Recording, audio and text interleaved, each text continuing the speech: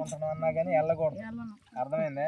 విగ్రహారాధన కాడికి వెళ్ళకూడదు, ప్లస్ వాటిని కోసిని తినకూడదు, మాంసం ఇవన్నీ చేయకూడదు. ఇక మళ్ళీ పండగలు, ఉత్సవ కాలాలు, శ్రీరామనవమి లేకుంటే ఇంకొన్ని వస్తాయి, వినాయక చవితి వస్తాయి కాబట్టి అటు వెళ్ళకూడదు. యేసుక్రీస్తు వారు నిజమైన దేవుడు, ఆయన తప్ప వేరే దేవుడు. ఆయన నీ పాపాల కోసం ప్రాణం పెట్టి రక్తాన్ని గార్చిన నమ్ముతున్నావుగా? నేను పరలోకం తీసుకెళ్తాడని నమ్ముతున్నావుగా? నీ నమ్మిక చొప్పున నీకు బాప్తీసం ఇవ్వడం జరుగుతుంది. నమ్మి బాప్తీసం పొందినవాడు రక్షించబడతాడు. అంతవరకు మళ్ళీ దేవుణ్ణి విడిచిపెట్టకూడదు అసలు. మళ్ళీ నీకు ఏదైనా శ్రమ వచ్చినా, సమస్య వచ్చిన, అనారోగ్యం, నువ్వేనాయన చంపినా బతికినా నువ్వేనాయన. అదే నీకు ఉంచుతుడు. మనం ఎప్పటికైనా మనం ఈ శరీరంలో కొన్ని బలహీనతలు, అనారోగ్యాలు వస్తాయి. మళ్ళీ నిన్ను అంటారు కదా, నువ్వు దేవుని నమ్ముకుని నీకెందుకు ఇట్ట జరుగుతుందని వస్తా ఉంటారు. కానీ దేవుడు నాకున్నాడు. నువ్వు ఇచ్చిన సాక్ష్యాన్ని బట్టి